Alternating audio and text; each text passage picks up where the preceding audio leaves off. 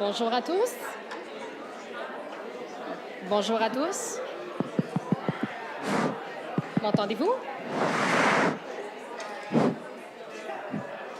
Oui, bonjour. Bonjour à tous. Ah, il a plus de voix que moi ce matin ou cet après-midi. Bonjour à tous, mon nom est Nathalie Meyerhofer. Je travaille ici au CHUM. Je fais partie de l'équipe qui travaille très fort sur l'École de l'intelligence artificielle en santé. Je suis également adjointe à la direction de l'enseignement et de l'académie au CHUM. Bienvenue à cette première édition. C'est les MIAM, les moments de l'intelligence artificielle à midi. Et pour notre première rencontre, on vous fait une belle introduction à l'IA, présentée par François-Xavier Desveilly et Johan Sabat de Seed AI. Bonjour, messieurs. Donc, merci d'être venus en si grand nombre. Nous sommes ici à l'amphithéâtre, mais également à la salle 606 et sur Facebook Live. Bonjour Facebook. Et merci aussi à tous les membres de la direction du CHUM qui se sont déplacés aujourd'hui. Pour ceux qui veulent obtenir des crédits, il faut être présent dans les salles. Il faut absolument signer les feuilles de présence, s'il vous plaît. Et il y aura une période de questions à la fin. Alors, n'hésitez pas à nous transmettre vos questions, même si vous êtes dans une des autres salles ou sur Facebook. Ça nous fera plaisir de les répondre. Et donc, sans plus tarder, s'il vous plaît, accueillons Johan Sabat et François-Xavier Desveilly, nos premiers professeurs de l'EIAS.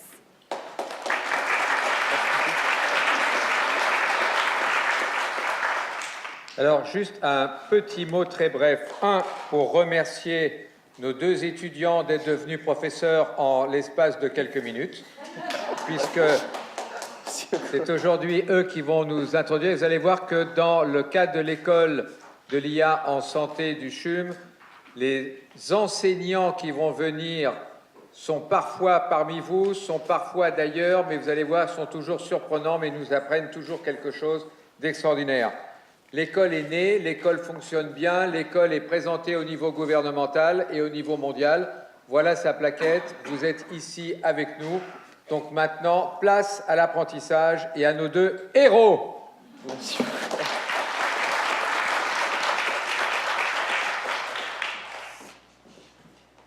Bonjour à tous.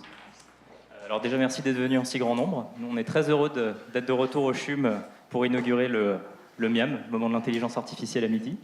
On espère modestement que le contenu qu'on va présenter va pouvoir vous apporter des éléments de compréhension à haut niveau et encore mieux, des éléments que vous seriez capable de remobiliser, recontextualiser dans vos pratiques respectives. Pour me présenter, je m'appelle François-Xavier Desveilly. Je complète présentement un doctorat en apprentissage par renforcement, qui est un thème qu'on aura l'occasion de survoler dans le cadre de la présentation. Je travaille également en recherche et développement au sein du mouvement Desjardins et je travaille avec Johan, qui va prendre la parole sous peu, pour essayer de contribuer à la démocratisation, démystification de la science des données, de l'intelligence artificielle et plus particulièrement de l'apprentissage machine. On va revoir ces termes-là très bientôt.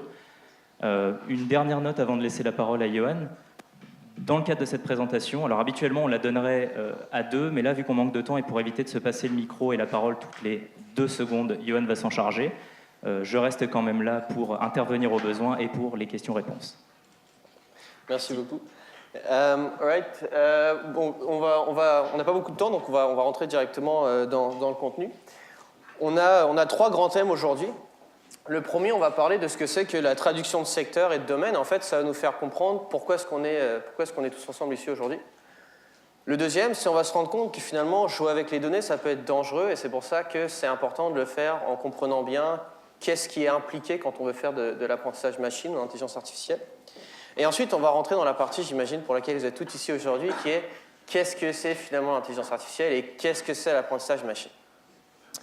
Donc si on saute tout de suite dans la première partie, aujourd'hui, et ça on s'est basé sur un rapport de McKinsey pour le dire, aujourd'hui tout le monde se concentre sur la pénurie d'experts en apprentissage machine.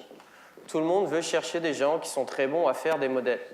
Mais ce n'est pas ça qui nous manque le plus pour créer de la valeur à la société aujourd'hui, ce n'est pas ça qui nous manque le plus pour apporter de la valeur à vos patients.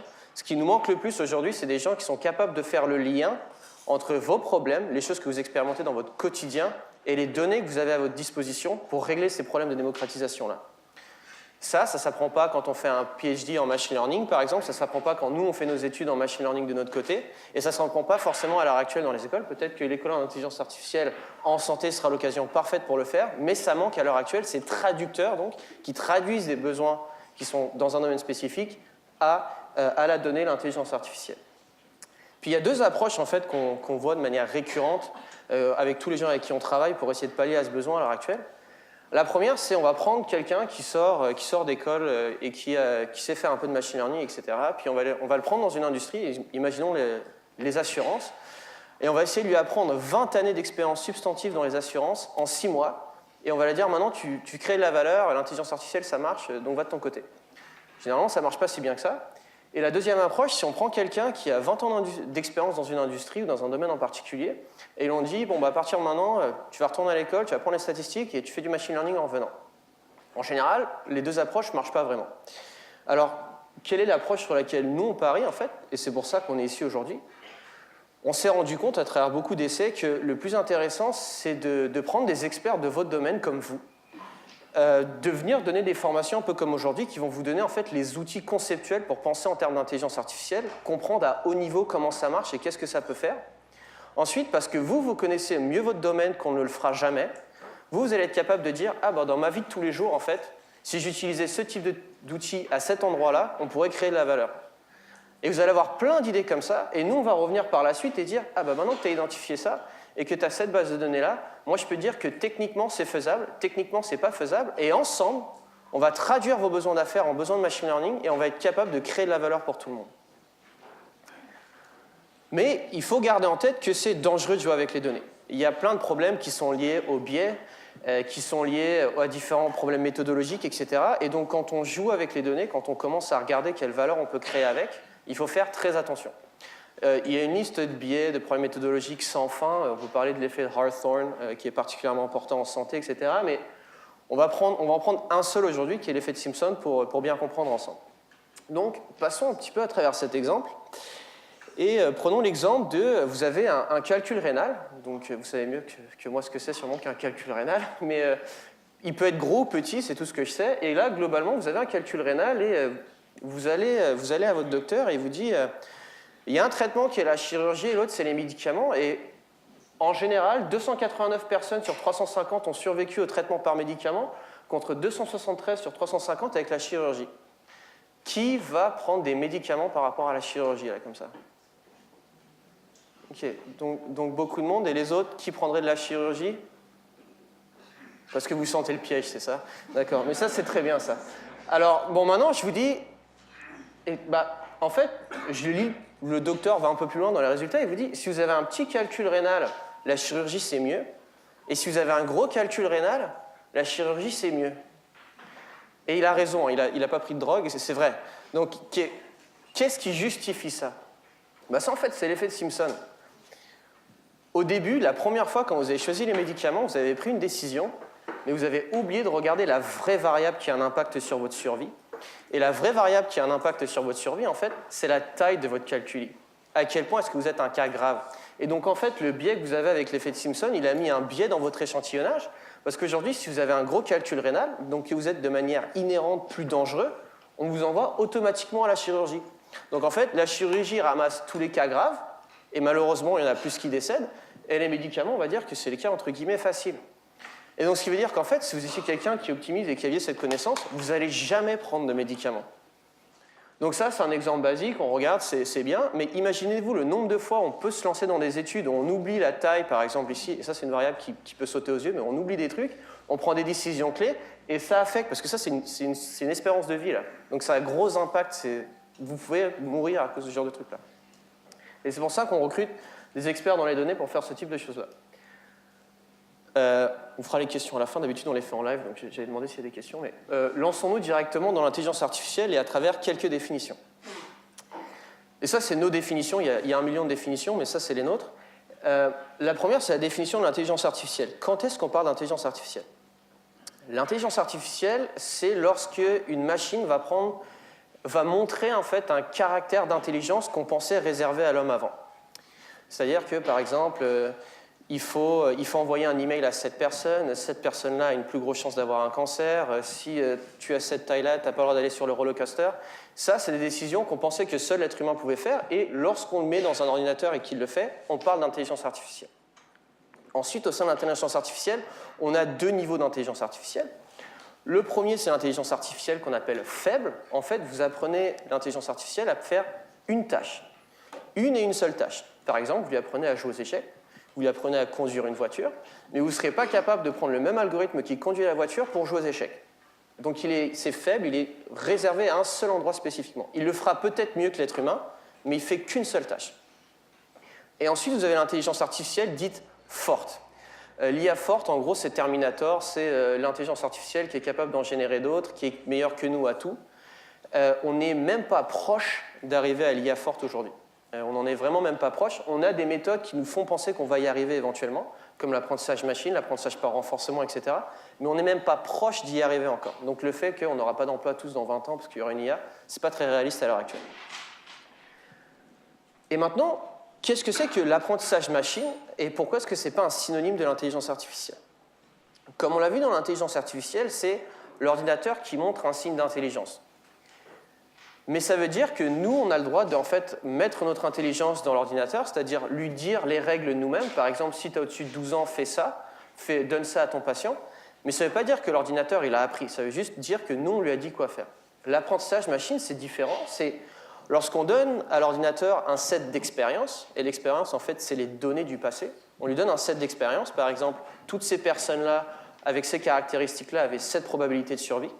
Et c'est l'ordinateur lui-même, basé sur des caractéristiques statistiques, qui va apprendre les meilleures règles.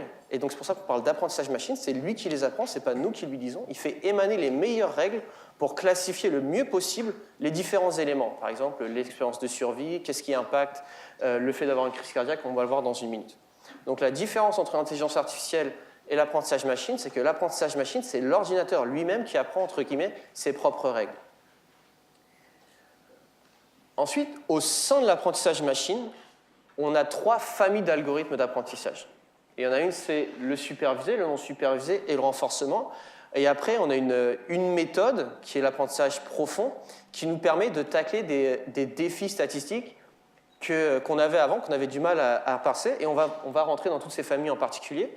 Mais l'idée générale, c'est que dans le diagramme, on a l'intelligence artificielle, dans lequel il y a le machine learning, dans lequel on a 3 familles d'algorithmes en particulier, qu'on va revoir en détail, et avec l'apprentissage profond qui nous permet en fait de réduire certains problèmes très complexes qu'on n'était pas capable de faire avant. Alors maintenant, je propose qu'on aille finalement famille par famille en prenant des exemples. Le premier exemple, c'est l'apprentissage qu'on appelle supervisé. L'apprentissage supervisé, il faut vous dire, c'est comme si vous appreniez à l'ordinateur à faire des mathématiques en fait. Donc vous voulez qu'il apprenne à résoudre des problèmes de maths, et la façon dont vous l'entraînez, c'est vous lui donnez plein de problèmes de maths avec la solution, dans l'espoir qu'il apprenne les règles mathématiques qui font qu'on peut la trouver. Et ensuite, vous allez lui donner des nouveaux problèmes de mathématiques pour lesquels il n'a pas la solution. Donc là, si on prend l'exemple d'une maison, c'est l'exemple très commun du prix des maisons à Boston, là, ici, vous avez la description de maisons dont on connaît déjà le prix. Donc là, par exemple, j'ai le nombre de chambres. Là, j'ai la superficie générale de la maison. Là, j'ai le quartier, parce que le quartier a un gros impact sur le prix de votre maison. J'ai d'autres variables ici, on a mis 3 petits points. Et j'ai le prix. Donc là, je sais que la première maison, avec ce set de caractéristiques, vaut 125 000 $. Là, vous allez donner un énorme set d'apprentissage à l'ordinateur, et l'ordinateur va être capable de comprendre, l'algorithme va être capable de comprendre quel est l'impact de chacune des variables, du nombre de chambres, de la superficie, du quartier, etc., sur le prix de votre maison. Et maintenant, quand vous lui ramenez des nouvelles maisons qu'il n'a jamais vues avant, vous lui donnez les mêmes caractéristiques qu'il avait avant, il va être capable de vous sortir un estimé du combien la maison devrait valoir basé sur les caractéristiques qu'il a apprises, sur les règles qu'il a apprises dans le premier dataset d'exemple que vous lui avez donné. Qu'est-ce que ça veut dire? Comment on s'en sert d'abord? On s'en sert souvent pour faire de la prédiction. Donc on va essayer par exemple de prédire un taux de survie ou quelque chose d'autre comme ça, le prix d'une maison, le prix d'un actif en finance, en assurance, en marketing, c'est la probabilité que quelqu'un achète. Et dans certains cas, on va être capable de faire de l'inférence avec ces outils-là. L'inférence, ça veut dire je vais être capable, par exemple, de prédire ou d'estimer une probabilité que quelqu'un ait le diabète, par exemple. Si je fais un modèle que je peux interpréter, avec lequel je peux faire des analyses inférentielles, je vais être capable non seulement de dire sa probabilité, mais d'étudier l'impact de chacune des variables sur sa probabilité d'avoir une crise cardiaque ou le diabète. Et donc là, je vais voir, par exemple, s'il y a un cholestérol élevé et ce genre de choses-là, et je vais être donc capable d'avoir en fait des facteurs sur lesquels je peux avoir une influence pour essayer d'améliorer sa chance de survie ou de ne pas avoir le diabète. Prenons un exemple concret. Ça sort d'une étude de 2013. C'est la probabilité d'avoir une crise cardiaque dans 10 ans. Et donc là, ça, c'est un modèle qui est interprétable, c'est pas un modèle de black box. Et là, en fait, on peut voir, j'ai chacune des variables ici. Bon, j'ai leur p-values. La p-values, en gros, ça me dit à très haut niveau, est-ce que cette variable a un impact ou pas? Je me rends compte, par exemple, que le sexe a un impact. Donc, par exemple, si vous êtes un homme, vous avez une plus grosse probabilité d'avoir une crise cardiaque d'ici 10 ans. Je me rends compte que le fait d'avoir un problème avec le cœur avant, le fait d'avoir un historique d'être cardiaque, ça joue aussi sur votre probabilité. Et je suis capable de chiffrer l'impact ici. Avec les bêtas, je suis capable de chiffrer l'impact. Et je suis capable ensuite d'avoir la probabilité par patient, dépendamment de leurs caractéristiques, d'avoir une crise cardiaque.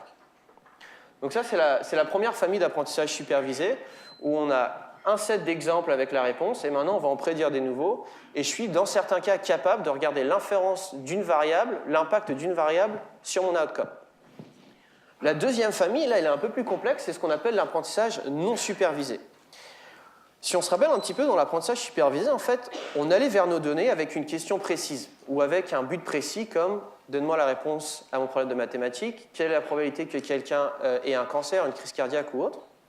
Alors que dans l'apprentissage non supervisé, en fait, on veut qu'une structure, on sait qu'il y a une structure sous-jacente dans les données, ou du moins on l'espère, et on va être capable de la faire émerger pour la comprendre. Pour prendre un exemple, pour essayer de transformer ce charabia en quelque chose de plus concret, imaginez-vous que ça, c'est une base de données sur vos patients, et ça, c'est jamais aussi propre que ça c'est le rêve de tout data scientist, là, mais c'est jamais aussi clair que ça.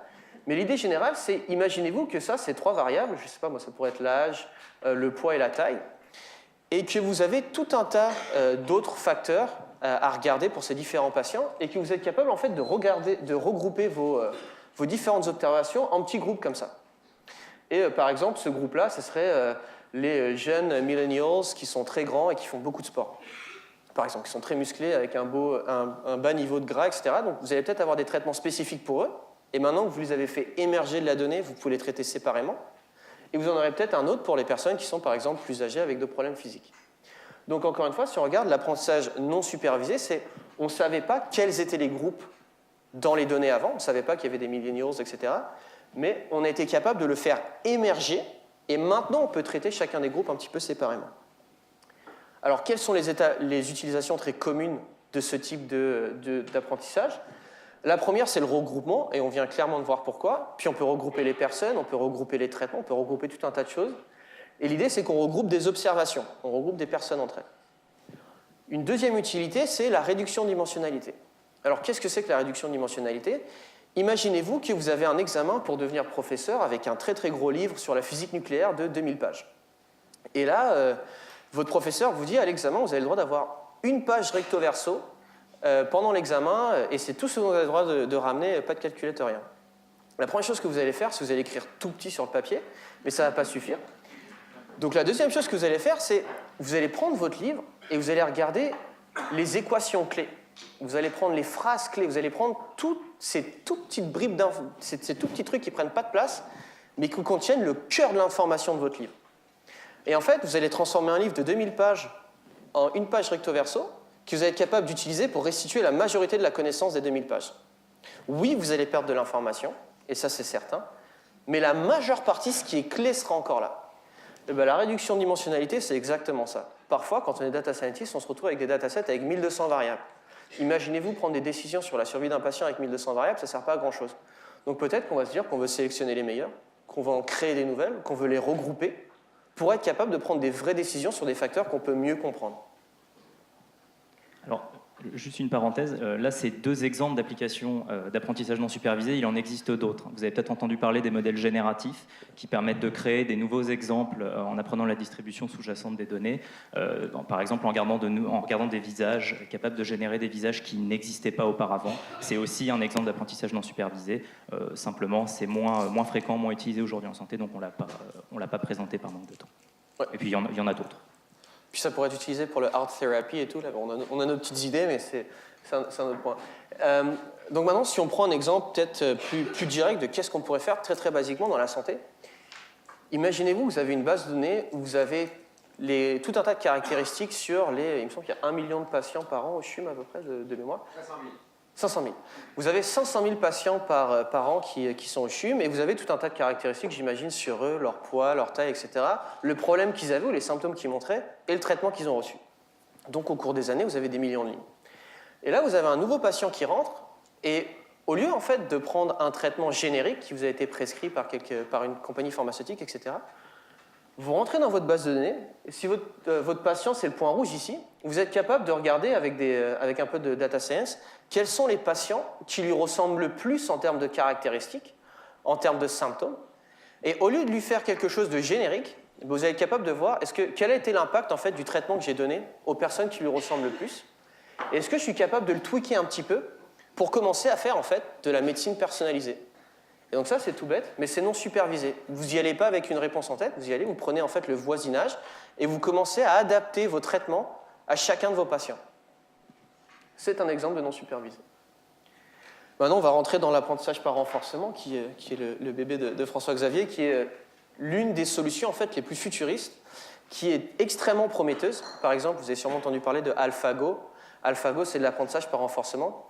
Le problème, c'est que c'est aussi on va dire, l'aspect le moins fonctionnel de l'intelligence artificielle à date, dans le sens où on a énormément de challenges à le faire fonctionner. Mais ça a un potentiel, théoriquement, ça peut résoudre tous les problèmes, en fait. Et pourquoi ça? Parce que l'apprentissage par renforcement apprend un petit peu comme un enfant. C'est un agent dans un environnement qui peut prendre des actions. Donc, à chaque fois qu'il va prendre des actions, son objectif général, ça va être de maximiser une fonction de récompense. Donc en fait, c'est comme si à chaque fois que l'agent fait une action qui est bonne, vous lui donnez un bonbon, et à chaque fois qu'il fait quelque chose de mal, vous lui tapez sur les doigts. Et vous lui dites que son objectif général, c'est de manger le maximum de bonbons possible. Et en fait, ce qu'il va faire automatiquement, c'est qu'il va commencer à explorer un petit peu pour maximiser, créer une politique d'action pour maximiser le nombre de bonbons qu'il va récupérer à la fin. Ça peut paraître très simple comme ça, mais par exemple, AlphaGo, c'est comme ça qu'ils ont fait un algorithme aujourd'hui qui détruit complètement tout ce que les humains sont capables de faire en stratégie chez AlphaGo, et pareil chez les échecs. Et ce qui est très intéressant avec... Sur le jeu de Go, oui. Et ce qui est très intéressant en fait, avec ces algorithmes-là, puis c'est des problèmes éthiques, on n'a pas forcément le temps de tout faire rentrer dans 45 minutes, mais c'est qu'il y a une partie d'exploration qui n'était pas faite avant. C'est-à-dire que, par exemple, dans AlphaGo aujourd'hui, l'algorithme, en 24 heures, il a appris à jouer comme les humains au début, et 24 heures après, il a exploré des nouvelles stratégies et il n'a jamais pu jouer comme nous.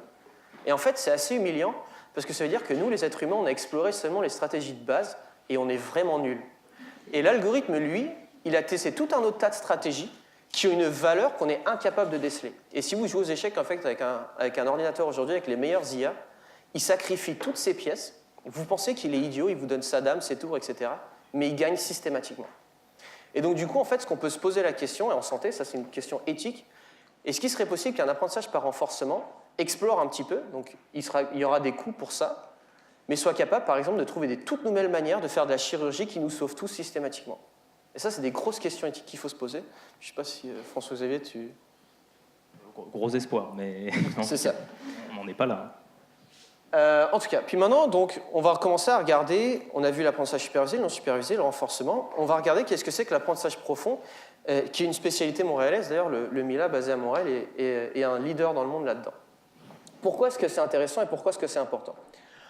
En fait, à date, ce qu'on a vu, si on reprend le cas, par exemple, de la prédiction de est-ce que vous allez faire une crise cardiaque ou pas, les modèles qu'on a présentés, qui sont, on va dire, les modèles de base, entre guillemets, ce qu'ils font, c'est qu'ils tirent des traits dans l'espace. Ils séparent des observations. Donc, par exemple, si on se dit qu'ici, les points en orange, c'est les gens qui vont avoir une crise cardiaque et ceux qui sont en bleu, c'est ceux qui n'en auront pas, et qu'on se place dans le cas où c'est seulement 2 dimensions, le trait, tout ce que l'ordinateur a fait, c'est qu'il a tracé un trait dans l'espace le mieux possible pour ségréguer vos observations de ceux qui ont une crise cardiaque et ceux qui ne l'ont pas eu. Mais le problème, c'est que tous les problèmes ne sont pas aussi jolis que ça. C'est jamais, en fait, aussi simple que ça. Et ici, en tant qu'être humain, si je vous montre ce problème-là, vous me dites, Yoann, t'es bête, fais pas une ligne, fais un cercle et c'est fini. Mais l'ordinateur, il ne fonctionne pas comme ça. Il n'est pas capable, de manière inhérente lui-même, de prendre l'abstraction de se dire que c'est un cercle et pas une ligne et de la tracer. Il n'a que des outils pour faire des lignes dans l'espace. C'est pour ça qu'on parle de modèles linéaires. Alors, qu'est-ce qu'on faisait avant, si on avait ce problème-là sans l'apprentissage profond? Ce qu'on faisait, c'est ce qu'on se disait, si le centre du graphique est ici et que mon cercle est autour, je peux faire un peu de features engineering, je peux transformer mes données pour, au lieu de représenter les points par leurs coordonnées, les représenter par rapport à leur distance par rapport au centre. Donc en fait, je me projette dans le problème d'avant, je transforme mes coordonnées, je fais ce qu'on appelle du features engineering, je transforme mes données pour transformer mon problème en quelque chose de linéaire à nouveau. Et ensuite, je prends ma décision et je la retransfère dans l'autre contexte et c'est fini. Ça paraît très basique quand il y a 2 dimensions, mais imaginez-vous des espaces où vous avez 136 variables, donc c'est des espaces à 136 dimensions. Chercher un cercle ou une sphère ou quelque chose comme ça devient extrêmement complexe. 3 points. Alors, premièrement, on a utilisé un outil qui s'appelle TensorFlow Playground pour représenter ça. Ici, l'intuition, c'est que si on prend les carrés des variables, en fait, on a une mesure de distance par rapport au centre. Et ici, on observe les points bleus qui sont donc proches du centre en termes de x et proches du centre en termes de y, par rapport aux points orange qui sont loin du centre en termes de x et de y. Un dernier point, c'est qu'avant, on faisait aussi autre chose, c'est qu'on avait d'autres modèles. Il ne faut pas croire que les réseaux de neurones sont les seuls outils qui permettent de faire de la modélisation non linéaire. Il y en a d'autres qui fonctionnent très bien. Simplement, pour certains types de données, particulièrement les données non structurées, l'état de l'art se fait avec des réseaux de neurones aujourd'hui, pour beaucoup d'applications. Mais ne pas oublier qu'il y a bien d'autres outils qui permettent de modéliser des relations non linéaires. Oui, c'est un bon point. Il y a un gros biais à Montréal envers ça, et j'en suis apparemment victime. Mais il y a d'autres méthodologies, par exemple les support vector machines et d'autres. Mais ça, c'est celui qui marche le mieux. Ouais, il y en a un paquet, ouais. Mais l'idée générale, c'est que ça, c'est l'une qu'on utilise beaucoup à Montréal. Et si on se replonge un petit peu sur ce qu'on a fait là, en fait, le problème, c'est que quand on faisait ça avant, ça prend beaucoup de temps. Ça prend beaucoup de temps, ça prend des experts, ça prend beaucoup d'exploration. Dans un espace à 136 dimensions, c'est très difficile à faire. Et donc, du coup, en fait, ce qu'on voudrait, c'est un algorithme ou un modèle qui soit capable de faire ça un petit peu tout seul. C'est ce que fait l'apprentissage profond. Comment est-ce que l'apprentissage profond, ça fonctionne? On fait rentrer nos variables ici, en entrée, et en fait, on les fait passer par une succession de transformations linéaires au sein de l'algorithme. Elles sont linéaires, puis elles se combinent pour faire non linéaire après. Donc, c'est une succession de transformations linéaires. Donc, en fait, chaque point ici, il faut le voir comme un petit modèle supervisé. C'est une petite régression linéaire. Et en se combinant les unes aux autres, elles vont commencer à créer des transformations non linéaires. Le problème là-dedans, c'est que vu que c'est l'ordinateur qui commence à faire ces transformations, ça devient extrêmement complexe de comprendre ce qu'il a fait. Et ça, c'est un champ de recherche à part entière. Dérouler les réseaux de neurones, c'est un champ de recherche à part entière qui est en train de se développer. Parce qu'aujourd'hui, c'est une black box. Et ça peut causer des problèmes. Par exemple, on va donner des traitements à des patients sans savoir pourquoi on l'a fait, mais c'est parce que l'ordinateur l'a dit, généralement il a raison. Et ça, par black box, j'entends les modèles sur lesquels je ne peux pas faire d'inférence. Donc un modèle sur lequel je ne peux pas faire d'inférence, c'est avant, par exemple, sur les maisons à Boston, j'étais capable de dire le fait que tu aies une chambre de plus va impacter de temps. Quand j'étais avec la crise cardiaque, j'étais capable, le fait d'être un homme par rapport à une femme avait un impact de temps sur ma probabilité d'avoir une crise cardiaque. Aujourd'hui, dans un black box, je suis incapable de le faire. Je lui ai donné les mêmes variables et je ne suis pas capable de dire ce qu'il a fait. Il a fait tout un tas de transformations et ce qui est intéressant en fait, c'est qu'au travers de ces transformations, l'ordinateur lui-même va faire le features engineering. Au travers de chacune des transformations qu'il va faire, de chacune des régressions et des résultats qui va se passer de couche en couche, il va faire le travail que je faisais avant de manière optimale pour se créer les outils pour prendre sa décision par la suite. Je vais clarifier ça avec un exemple tout de suite. On va prendre l'exemple de l'apprentissage profond supervisé. D'ailleurs, il y avait une erreur sur la slide d'avant. Prenons l'exemple de l'apprentissage profond supervisé pour la reconnaissance faciale.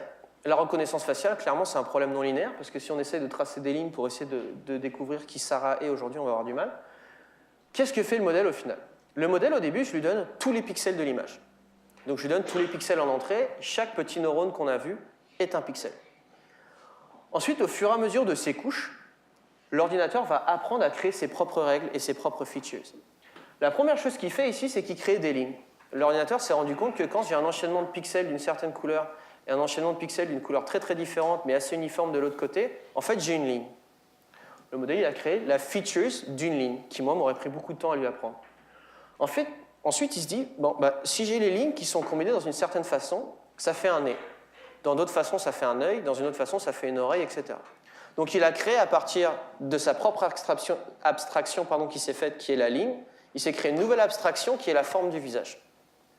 Et ensuite il se dit, pour avoir un visage entre guillemets lambda, j'ai besoin de 2 yeux, un nez, une bouche. Et en fait il va retranscrire tous nos visages en visage entre guillemets lambda. Et il va se servir de tous les outils qu'il s'est créés tout seul pour prendre la décision de qui est Sarah. Donc si on reprend un petit peu ce qu'a fait l'apprentissage profond supervisé ici, Il a pris une image que j'avais à la base, que je n'étais pas capable de classifier, parce que c'était un problème très complexe avec mes modèles de base, ou en tout cas avec les modèles linéaires, parce qu'il y a d'autres modèles non linéaires, comme François-Xavier l'a mentionné plus tôt. Ensuite, il a commencé à se créer lui-même au sein de ces différentes couches de neurones les propres abstractions, les propres features qu'il avait besoin pour bien mener sa classification. Il les a empilées les unes sur les autres, et il s'en est servi pour faire une règle de décision par la suite. C'est ça l'apprentissage profond. Et c'est pour ça que c'est très utile dans certains cas, parce qu'il y a plein de problèmes qui sont non linéaires. Un point juste concernant l'exemple qui a été donné, on n'utilise pas des réseaux de neurones vanille, entre guillemets. Les modèles basiques, il y a des architectures de réseaux de neurones qui ont été prévues, qui s'appellent les réseaux de neurones à convolution, entre autres, qui permettent de traiter les données, entre autres les images et d'autres traitements de signaux. Qui ont été créés à Montréal, d'ailleurs. Ou par quelqu'un entraîné à Montréalais, ouais. Un étudiant de Yoshua Bengio, c'est mon montréalais. Quelles sont les applications en médecine? Très clairement, la détection du cancer. Et aujourd'hui, il y a une compagnie montréalaise, notamment, Imagia, qui fait ça extrêmement bien. Ils prennent des images et en fait, vous prenez tout un set, comme avant avec l'exercice de mathématiques, sauf que c'est des images. Plein de radios de patients qui ont eu des tumeurs bénignes ou non. Et vous apprenez à l'algorithme, en fait, à créer ses propres features pour être capable de distinguer les radios de cellules cancéreuses qu'il faut traiter, celles qu'on peut laisser parce qu'elles sont bénignes. Et l'algorithme, généralement, va créer ces nouvelles features, etc., et le faire lui-même et avoir des extrêmement bons résultats de classification. Quelles sont les forces et les faiblesses de l'apprentissage profond? Donc la force, c'est qu'on peut s'attaquer à des problèmes qui sont non linéaires. On va être capable, c'est ce qu'on appelle un estimateur universel, dans le sens où, théoriquement, n'importe quel problème qui existe aujourd'hui, n'importe quelle distribution peut être imitée par les réseaux de neurones. En pratique, il faut pour que l'estimation universelle fonctionne, il y a beaucoup d'hypothèses qui doivent être remplies, y compris une quantité de données phénoménale. C'est ça, puis oui. Globalement, c'est ça le plus gros frein en fait, à l'heure actuelle de l'apprentissage par renforcement, notamment, j'imagine, dans la santé dans certains cas. La capacité à capter des relations non linéaires, comme on l'a vu, et créer ses propres features.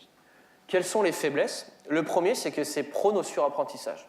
Qu'est-ce que c'est que le surapprentissage? Le surapprentissage, c'est un gros problème parfois en machine learning. L'idée générale, c'est imaginez-vous qu'on se replace dans le contexte où on avait un enfant, on essayait de lui faire apprendre à être bon en mathématiques, en fait. Imaginez-vous qu'en fait, votre enfant, vous lui donnez plein d'exercices de mathématiques, et au lieu d'apprendre comment les mathématiques fonctionnent, il apprend à réécrire exactement les solutions qu'il a appris par cœur de tous les problèmes d'avant. En fait, il n'est pas devenu bon en maths, il est juste bon, il a une bonne mémoire. Et le problème, c'est que si vous lui mettez un nouveau problème de mathématiques qui est un petit peu différent de ce qu'il avait avant, tout ce qu'il va vous écrire n'a aucune valeur. Comment est-ce que ça se retranscrit dans l'apprentissage profond? Imaginez-vous que vous voulez faire un modèle pour classifier des photos de chiens et de chats. Dans toutes les photos de chats, vous avez une gamelle. Dans toutes les photos de chiens, vous avez une balle. L'ordinateur, il optimise. Il va apprendre à différencier une gamelle et une balle. Et maintenant, vous allez ramener une nouvelle photo d'un chien ou d'un chat qui n'a pas de gamelle ni de balle. Il va être incapable de prendre une décision qui est intelligente. Et ça peut devenir extrêmement dangereux parce que si on se rappelle qu'on n'est pas capable de comprendre comment est-ce que l'ordinateur il a pris sa décision, ça peut devenir très difficile de voir qu'on a fait du surapprentissage et pourquoi. Parce qu'il y avait un biais dans les données d'origine. Et c'est pour ça que ça prend une expertise généralement spécifique pour faire ce genre de choses-là. C'est très difficilement interprétable, c'est un champ de recherche en soi. Il y a des gens qui essayent de... On fait beaucoup d'avancées dans ce domaine-là, je pense, mais ça reste un gros champ de recherche. Ça demande beaucoup de puissance de calcul, parce qu'il faut beaucoup d'observations.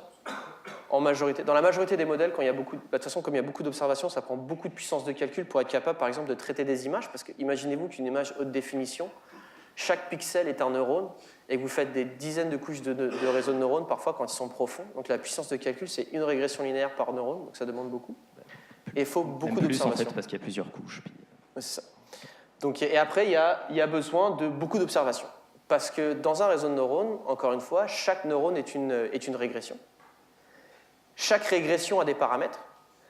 Et pour qu'un paramètre soit correct, il faut qu'on ait assez de données en fait, pour qu'on soit capable que le paramètre ne commence pas justement à surapprendre. Et vu qu'on a une régression par neurone, que chaque régression a tout un tas de paramètres, en fait, il faut commencer à multiplier le datasets et il faut commencer à compter en centaines de milliers, millions, voire dizaines de millions de lignes pour avoir des bons résultats, dépendamment de la complexité à chaque fois du réseau de neurones. Et maintenant, puis on va clore là-dessus, on va parler d'IA en santé et de la belle promesse que c'est, mais aussi des dangers qui sont liés à ça. On avait commencé à aider 2-3 personnes justement dans ce domaine-là depuis un moment, puis notamment une d'entre elles, c'est une étudiante qui veut faire sa maîtrise puis son doctorat en neurosciences, je pense. Et elle nous a montré à un moment un papier qui est sorti il y a quelques années déjà de mémoire sur des scientifiques en fait, qui essayaient de prédire Alzheimer ou prédire dans les facteurs avant Alzheimer pour essayer qu'on traite les gens un petit peu en avance. Pour épargner les détails, en fait, le gros problème qu'on a eu avec ça, c'est que l'idée est bonne, l'idée est fondamentalement bonne, mais la façon dont ils ont approché le problème en termes de data science était vraiment problématique en termes de méthodologie. Il y avait plusieurs raisons. Par exemple, ils avaient un tout petit échantillon, ils avaient moins de 1000 observations. Ils avaient 4 classes, c'est-à-dire qu'ils avaient seulement 250 observations par classe au maximum si elles étaient balanced, et elles ne l'étaient pas. Et au-delà de ça, en fait, si on regarde leur modèle, ce qu'ils ont fait ici, c'est que dans le choix de leur modèle,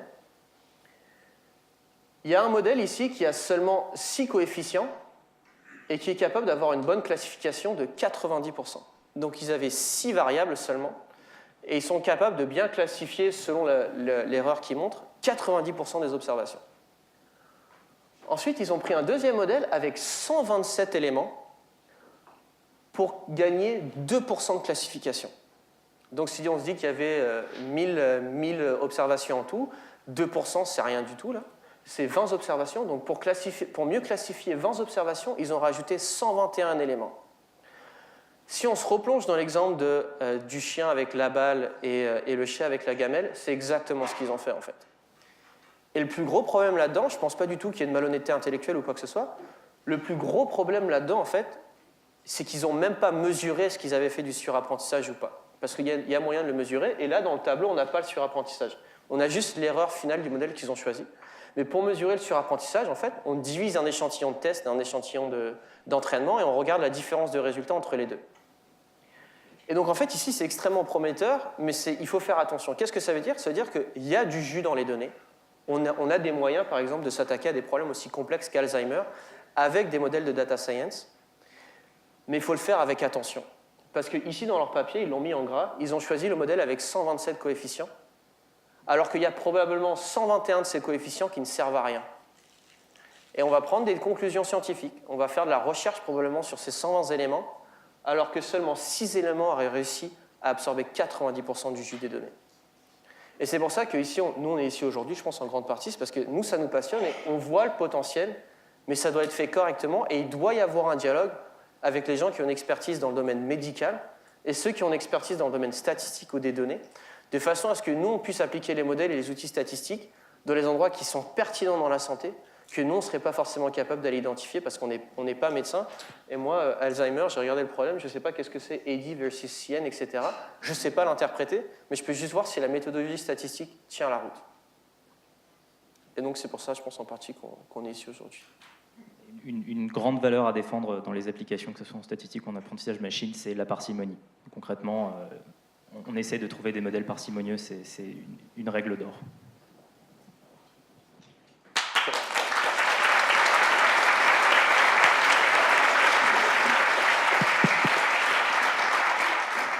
Merci beaucoup à vous deux. On va commencer si vous avez des questions. Est-ce qu'il y a des questions dans la salle? Vous avez des micros pour pouvoir... Oui, on va vous passer ça.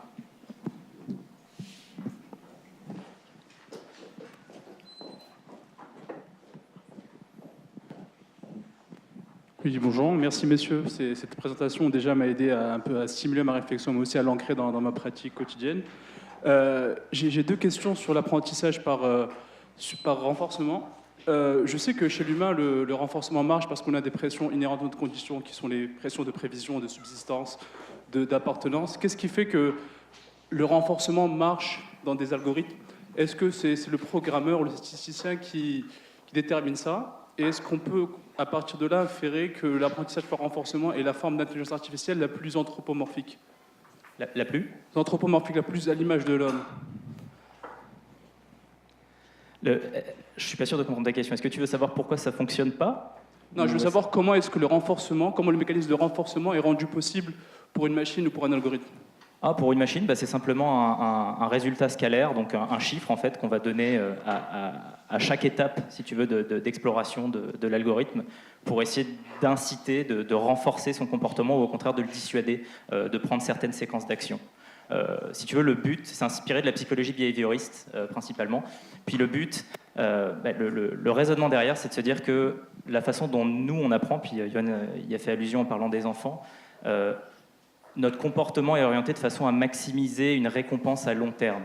On agit de façon à maximiser une forme de bien-être. Alors que ce soit des sécrétions hormonales, j'en sais rien, mais c'est une hypothèse, puis c'est comme ça que c'est entre autres comme ça qu'on apprend, que ce soit dans notre espèce ou dans d'autres espèces. Puis l'idée, c'est de se dire, ok, est-ce qu'on est capable de faire prévoir à un algorithme pour une tâche définie, quelle est parmi toutes les actions disponibles celle qui va engendrer probablement la plus grande valeur actualisée des récompenses à long terme sur la trajectoire que je m'apprête à prendre.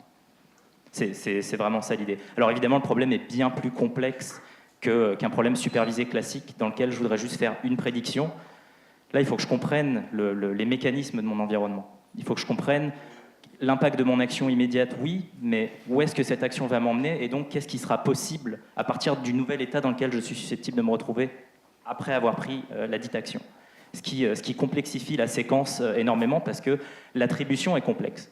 Si je me retrouve avec une récompense bien plus tard, je me retourne, l'attribution, quelle est l'action qui a vraiment été responsable de cette récompense? Et de façon générale, on essaye de décomposer les problèmes d'apprentissage par renforcement avec de nombreuses approches, des gens brillants qui ont trouvé des approches pour factoriser ça, la simplifier ça un petit peu. Aujourd'hui, oui, ça marche de mieux en mieux, puis on voit apparaître quelques applications concrètes qui sont très intéressantes. Mais est-ce que c'est une voie vers l'intelligence artificielle forte? Probablement que ce sera une pierre à l'édifice. Est-ce que vraisemblablement on en est rendu là bientôt grâce à l'apprentissage par renforcement? Ça reste encore un challenge énorme.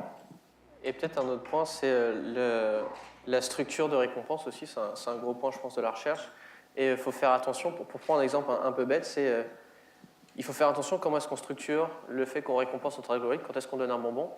Imaginez-vous, vous dites à un algorithme que vous voulez réduire l'obésité à 0 sur Terre aujourd'hui. Le moyen le plus efficace, c'est de tuer tous les humains. Il n'y a plus d'obèses. Mais ce n'était pas l'objectif de base. Donc il y a plein de problèmes comme ça auxquels il faut faire attention. Il ne faut pas tomber sur le moment oups en intelligence artificielle. C'est un peu extrême comme exemple, mais oui, dans l'idée, les dimensions auxquelles faire attention, premièrement, bien spécifier ce qu'on veut optimiser, ça c'est clair.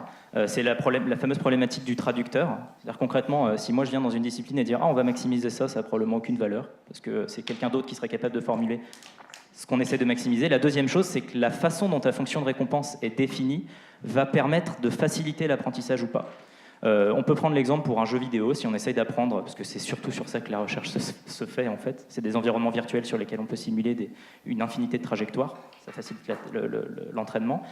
Dans le cadre d'un jeu vidéo, si la récompense arrive à la fin d'un niveau, après une grande séquence d'actions, c'est très difficile de faire cette attribution.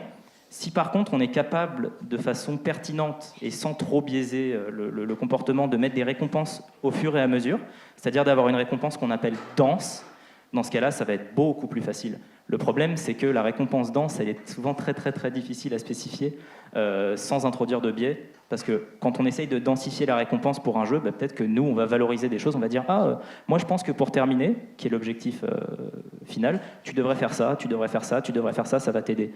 Mais en fait, là, on est en train de lui apprendre comment nous, on jouerait. Ce qui est potentiellement pas optimal, si tu veux, pas globalement optimal. Mais par contre, ça va être beaucoup plus facile. Tu as mentionné une deuxième question, on va peut-être essayer d'aller plus vite, parce que je pense qu'il y en a d'autres. Merci, Karim. Donc, j'ai une question. Pour comprendre la valeur de l'IA dans ma pratique, je suis orthophoniste, puis j'ai un projet de recherche d'évaluation. Tous mes enfants que j'évalue, ils passent 5 tests de langage. Puis je veux voir, et un autre test pour l'autisme. Je veux voir si à la fin, on a un diagnostic d'autisme. J'aimerais que présentement, on mène un projet de recherche avec un biostatisticien qui nous conseille de la meilleure méthode statistique pour dire, est-ce que c'est un test, 2 tests, 3 tests, 4 tests ou 5 tests qui va m'aider à mieux cibler l'autisme? Comment que l'IA peut m'aider là-dedans? C'est de comprendre. Puis à qui je dois parler, qui peut m'aider à résoudre ce problème? OK. Donc là, on rentre dans la partie qui est vraiment intéressante, qui est justement, on commence le dialogue. Ce qui est intéressant dans ce que tu mentionnes, c'est un problème assez spécifique dans les données, c'est ce qu'on appelle les études longitudinales. Pas rentrer trop dans les détails, là, c'est des données en fait, qui sont corrélées parce qu'en fait, le fait que ce soit moi qui ai pris le même test une étape après l'autre, c'est-à-dire que mon point à l'étape 2 est très corrélé à mon point à l'étape 1. Donc ça s'appelle les données longitudinales. Ça peut être un champ de recherche, c'est un champ de recherche en soi, mais qu'est-ce qu'on pourrait faire dans ton cas? Et puis on le fait pour d'autres personnes avec qui on travaille, par exemple. Eux, c'est de la personnalisation de la chaussure. Donc du coup, on donne tout un tas de critères au premier test, puis on va faire un deuxième test par la suite. Et tu peux commencer à regarder, par exemple, est-ce que tu peux te servir des facteurs du premier test pour identifier certaines personnes. Le deuxième test te permet de le confirmer un petit peu, et le troisième peut-être aussi. Et après, tu peux associer ça, par exemple, à des probabilités qu'à la fin, puis c'est un problème d'apprentissage supervisé, qu'à la fin, le patient soit autiste ou non. Et donc, en fait, ce que tu fais, c'est ton train test, là, ton test d'apprentissage, tes exemples. Ça va être des questionnaires 1, 2 et 3, peut-être. Et tu vas, en prenant bien en compte la fait qu'il y ait des corrélations entre les observations des trois questionnaires, et tu vas t'en servir comme un set d'apprentissage. Donc, tu vas avoir besoin de questionnaires où tu as toutes les réponses des personnes et le fait qu'ils soient autistes ou non. Nous, on va faire de l'apprentissage machine dessus pour qu'on soit capable de dire quelles sont les variables qui potentiellement, et peut-être qu'il n'y aura pas de jus, peut-être qu'il y en a, quelles sont les variables qui ont un impact sur la probabilité que la personne soit autiste ou non. Et ensuite, quand tu vas avoir un nouvel enfant qui rentre, si tu avais par exemple des variables qui avaient un gros impact dans ton premier questionnaire, nous, on va être capable de dire, tu vois, basé sur le premier questionnaire ici, cette personne-là, à cause de ces réponses-là, on a vu avec l'instruction d'apprentissage qu'il y a peut-être 20% de chances de plus que cette personne soit autiste. Et dans ces cas-là, peut-être que tu peux commencer par exemple à faire du traitement spécialisé et dire ceux qui ont répondu comme ça, ils font plus de tests, ceux qui ont répondu avec aucun signe n'en font pas. C'est à peu près comme. Enfin, je pense que ça ressemblerait à ça en gros. Est-ce que la question c'est sur le design du questionnaire lui-même ou est-ce que la question était sur le design du questionnaire lui-même par exemple? L'approche générale ou c'était le nombre de tests?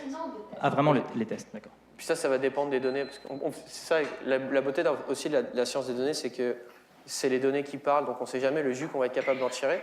Et dans certains cas, il y a des datasets, en fait, on aimerait faire plein de choses avec, mais on ne peut rien faire avec parce qu'ils sont sales ou d'autres choses.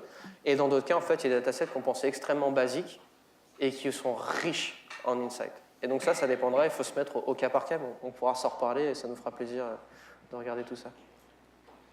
Je voudrais rappeler une chose, c'est que là, nous prenons des exemples cliniques. Mais l'intelligence artificielle dans une organisation comme la nôtre ne se limite pas à la clinique. Il y a aussi tout ce qui est, par exemple, logistique, tout ce qui est hygiène et salubrité, tout ce qui est approvisionnement, tout ce qui est gestion des flux, tout ce qui est gestion financière, tout ce qui est enseignement, tout ce qui est recherche.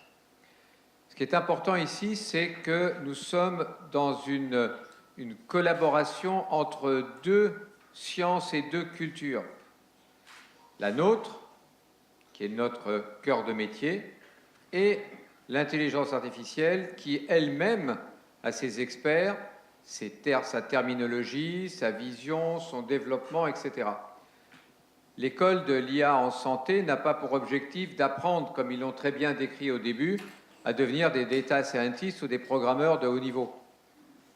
Nous, ce que nous devons faire, c'est comprendre comment ça va nous servir à augmenter notre intelligence, à augmenter notre performance, et comment ça ne va pas nous nuire, à nous ou aux patients, ou voire même à la population.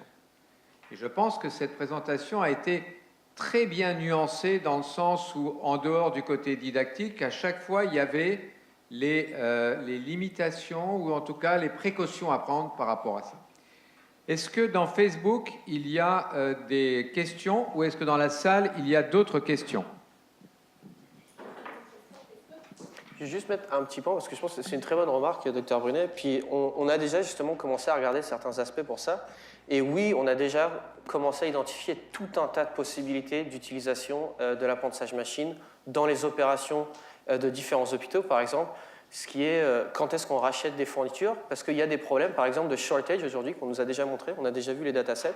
Il y a des problèmes, comment est-ce qu'on optimise, parce qu'il y a un délai avec le fournisseur pour qu'il vous ravitaille, etc. Tout ça, c'est des problèmes qui sont très concrets, et l'IA a une valeur phénoménale là-dessus, en termes d'optimisation des temps de commande, éviter les shortages, etc. Donc c'est un très bon point. Je vous rappelle que le CHUM fait partie du supercluster, de la super grappe Scale AI, et d'ailleurs, Ginette Proulx, qui est là, s'occupe de développer toute l'intelligence artificielle dans la logistique et l'approvisionnement, qui sont des éléments clés pour le fonctionnement d'un hôpital, parce que ce que vous venez de dire est très important. Si on a des délais, si on ne les anticipe pas, etc., on risque d'être parfois en bris de service ou en rupture de stock. Question Facebook. Oui, alors comment utiliser ce que vous venez d'expliquer dans les soins aux patients au quotidien et non seulement... Bon, alors comment utiliser ce que vous venez d'expliquer dans les soins aux patients au quotidien et non seulement en recherche? Alors, si vous pouvez nous donner des exemples, s'il vous plaît. OK. Je pense que c'est un des problèmes dans l'IA, puis François-Xavier, tu pourras compléter. Tout le monde pense en intelligence artificielle au projet usine à gaz. On va se lancer, on va faire 3 PhD en 5 ans et on va enfin trouver des solutions. La vérité, c'est que ce n'est pas vrai. Si vous avez un set de données, on peut très très facilement commencer à avoir de la valeur très rapidement parce que les outils statistiques derrière existent déjà en open source et autres. Donc pour reprendre le cas, les différents exemples qu'on a pris, vous pouvez commencer dès aujourd'hui. Je vais prendre un exemple qu'on avait vu avec Cathy il y a quelques mois, je pense. On parlait, puis on a reparlé avec Jean-François Fortin-Véro, oui. Pour ça, il se peut que parfois, les gens ont des check-ups de suivi à faire après leur opération. Et dans plein de cas, ils ne le font pas. C'est mauvais parce que ça prend du temps du médecin, et on sait que les médecins sont parfois difficiles à booker à l'avance au Québec. C'est mauvais pour le patient parce qu'il doit faire un check-up et il y a une raison pour laquelle il y en a un. Et donc du coup, on va commencer à faire un projet, il me semble, à partir de janvier autour de ça. Est-ce qu'on est capable de prédire la probabilité qu'une personne ne vienne pas à son rendez-vous? Par exemple, si vous venez d'avoir le cancer et que vous avez un check-up après ne plus l'avoir eu, c'est très probable que vous y alliez. Si vous aviez une grippe, c'est peut-être moins probable, vous trouvez ça moins grave. Est-ce qu'on est capable de prédire ce genre de choses-là? Ça peut se faire dès aujourd'hui. Ce n'est pas de la recherche clinique et ça a une valeur phénoménale. L'idée à chaque fois, c'est il y a un problème, il y a des gens dans le domaine qui nous en parlent. Nous, on le traduit en termes de données. On prend les données sur toutes les personnes qui avaient des rendez-vous, celles qui ont annulé ou pas. On regarde toutes les caractéristiques et on nous fait un modèle qui est capable de nous dire qui va annuler ou non. Et après, on peut prendre des décisions. Par exemple, rappeler les gens 2 jours à l'avance pour faire une confirmation si le rendez-vous a été pris 2 mois à l'avance, et plein d'autres choses. Mais l'idée générale, c'est que ce n'est pas que le clinique, ce n'est pas que de la recherche, et ça se fait très concrètement, très rapidement. La seule chose qu'il faut, c'est un problème et des données. Cet exemple, c'est la gestion de flux et de la gestion administrative. Donc, c'était une autre dimension. Je voudrais poser une question, parce que je vois qu'Alexandre des urgences est ici. On a implanté, au niveau du triage, avec DXA, qui est une compagnie, une possibilité d'utiliser l'intelligence artificielle dans le triage. Donc, nos collègues qui ont inventé ce procédé, cet algorithme, sont partis de données cliniques de base, puis ils ont alimenté la machine, et je ne sais pas par quel type d'algorithme, mais maintenant ils ont un certain degré d'expertise. Toutefois, ce degré d'expertise, ils vont continuer à le confronter à l'expertise humaine pour enrichir au fur et à mesure les données de la machine. Dans ces cas-là, quel type de collaboration entre l'intelligence artificielle et l'intelligence humaine caractérise ce travail? Est-ce que c'est un apprentissage parallèle, réflectif, machine? Je pense que c'est une excellente question. En fait, c'est au-delà des méthodes qu'on a prises, c'est plus la manière dont on l'implémente. Je vais prendre un exemple en parallèle dans ma courte vie antérieure. Quand j'étais dans un fonds de pension. Petit bébé, quoi. Exactement. Et que je codais déjà. Un des problèmes qu'on essayait de régler, c'était la revue de certains contrats, par exemple. Puis il y a un processus qui s'appelle ce qu'on appelle le Robot Process Automation.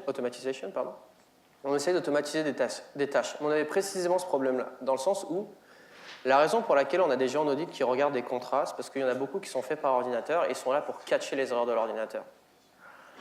Par contre, dans leur job de tous les jours, il y a certaines tâches que ces personnes-là devaient faire qui étaient, par exemple, chercher dans un contrat de 12 pages le prix auquel un actif a été vendu. Ou dans un contrat de 12 pages, s'assurer qu'un paragraphe de 5 lignes n'ait pas une seule différence de caractère par rapport à un autre gabarit. Et on paye des humains pour le faire. Qu'est-ce que l'ordinateur peut faire? Et ça rejoint votre point.